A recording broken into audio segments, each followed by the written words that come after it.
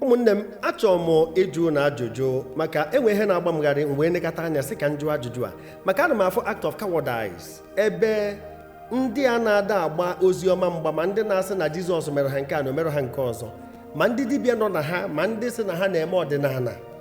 Ajụ m chọrọ ịjụ bụ enego m anya fụ ebe unu ji ma spika were ezi ozi ọma ma megafon ezi ozi ọma na confront even preachers of the gospel na open ground. Wee sị ka m jụọ unu, afụgo m robbers with pen, that's political robbers, political profiteers, the megalomanians. Ọ ndị a na-elu utu ego ụmụ okorobịa, ego mụ na gị na-abọ.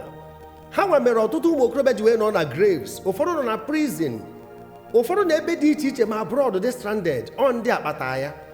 Nwekwazie ndị robbers nọ na highway, ndị nke a na-eme operate with their guns, na-ewest lives and the property brutally. Ndị a na-ewere ndụ were ego mmadụ in most cases. Enwekwazi kidnappers nọ na bush doing their lucrative business. Mana Nigeria is a breeding ground for all kinds of evil. Ndị nke anọkwa. Enwekwazi ndị robbers nọ na pulpit in disguise, wolves in sheep clothing. Ọ ndị a ka unu na-akpụkarị n'ọnụ. The men of God na-brainwash their gullible members. Ndị nke abụ robbers on the pulpit. Mana enwekwara other set of robbers nọ na shrine. Ndị nke abụkwazi ndị nke witch doctors doing their thing. Ife dị na-abụ ife dị against Igbo land. Now, all these sets of robbers are destroying lives and the families in various ways. And you guys claim that you have the remedy to this malady. Let me emphasize on the two that gave birth to others. Get nothing. Now, according to you guys, the early missionaries with a Bible, with a method of stealing, with the Bible, brainwashing our people with a false religion, no wahala. According to me, colonial masters, they were Nigerian, none of Nigerian, on unholy marriage, and they are still engineering the whole thing today. The robbers in political field are the major reasons why we have no light. Our education has gone down the toilet. No good hospital. To me, how about the architect of our problems? How are there rooms for others to operate? Because non sobu hanwa bute. Mataron de madu ji agbaje sebe di iche ma be dibia ma no na ekpere di iche. Nke hanwa bụ that they must rule you, they will compel you to vote. Ije kwazie to vote the stealing na ebido na polling booth. Ebe a ka odi na ebido. Ebe a ka na-ekwoku bandit, many of them nọ na political offices. Now the robbers on the pulpit will not force you. Or you kweta ha brainwash ya. Now, where am I driving to? You guys were rapping, the robbers in the shrine, the witch doctors that prepare charms for other sets of robbers.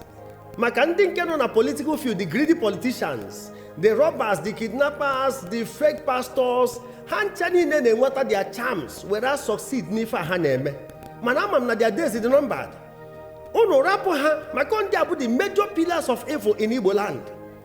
Ajụjụ wee bụrụ kedu ife kpatara unu ncha ji wee gada si n'ọsọ the robbers on the pulpit ka unu na-eme attack unu na-abụrụ cowards? If I act of cowardice, probably pen unu bụ that maybe once in the past you were brainwashed. Keta anya ga-emeghe na your eyes are open. Mana the question bụ na ha force rozi ka ebi ọzọ. Ha amadoro ga amanye ka ebi ọzọ. Ịghọtago onwe gị, thank God na ịnwetago freedom according to you. That was the past experience you had. But all other robbers in Poreba, man ndị nọ na political field, man ndị nọ na bush, man ndị nọ na road, man ndị nọ na political office, ha ncha niile, man ndị nọ na shrine, man ndị highway, ha ncha niile ka na-anapụ mụ na gị na-abụọla n'anya wee ruo echi unu ncha wee gba nkịtị. Ịfụnụ na-agba mbọ ụsọ ọsọ ndị nọ na pulpit nọ ha nwatabiri unu omeji. I don't support them. I'm not part of them. I don't collect money, no tithe, no seed. I don't monetize the gospel. Man, even na-achọ igwe unu bụ unu kpọọ ife ọjọọ ife unu na-eme act of cowardice. Most of you are cowards, and I stand to defend it. Kpọọ na ife ọjọọ unu dị ka ndị dormers bata na evil forest wee fụ na evil trees juru everywhere. Unu ncha niile unleash anger, aggressiveness on one tree, rapụzie the most dangerous evil trees in around. O nwe ka ọ dị like hunters in the bush. ịfụsịa dangerous animals, ịrapụ the most dangerous wee jewezie na nke nwetụ lesser power. You know, it doesn't work. Ka anyị kpọọ na ife ọjọọ, evil is evil no matter who is involved.